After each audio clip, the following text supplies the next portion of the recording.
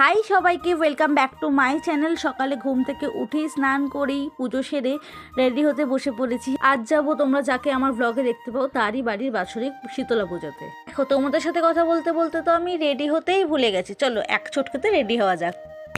দেখেছো কি সুন্দর রেডি হয়ে গেলাম। আর আগের দিনকেই তো সত্যনারায়ণ পুজো থাকায় আমি দিদির বাড়িতে স্টে করে যাই। আর পরের দিনকে দিদির সাথে দিদির চুড়িদার পরেই যে আমি চলে গেলাম রিসরা থেকে বালি স্টেশন, বালি থেকে ম্যাজিক ধরে ডিরেক্ট দুর্গানগর। প্রত্যেকবারে ওদের এই পুজোর সময়টা এতটাই গরম থাকে, কিন্তু সেই তুলনায় এই বছর অতটাও গরম পড়েনি আর কষ্টও হয়নি। ম্যাজিক থেকে নেমেই তো লালপুরি আমাদের নিতে এসেছিল দেখলাম। তারপরে আর কি, দিবার সাথে মিষ্টি কিনে চলে গেলাম সোজা ওদের বাড়িতে। আর আমাদের লালপুরিকে তো আমি বলেই রেখেছিলাম যে ঠাকুর আনা থেকে শুরু করে যাওয়া থেকে শুরু করে বাজনা থেকে শুরু করে সব কিছু ভ্লগ যেন আমি পাই, সেই কথাও রেখেছে। এদিকে তো কিছুটা ফাঁকা টাইম পেয়ে সবাই মিলে গল্প গুজব করতে করতে মায়ের পুজো অর্চনা দেখছিলাম। পরে তো টুকুস টুকুস করে 5 পা এগিয়েই চলে গেলাম মামা বাড়িতে। মামা বাড়িতে এই পুচকিটা হয়েছে, পুচকিটার নাম হলো শিবানিয়া। তো ওর সাথে দেখা করে মজা করে খেলে নিলাম। তারপরে আবার চলে আসলাম ওদের বাড়িতে।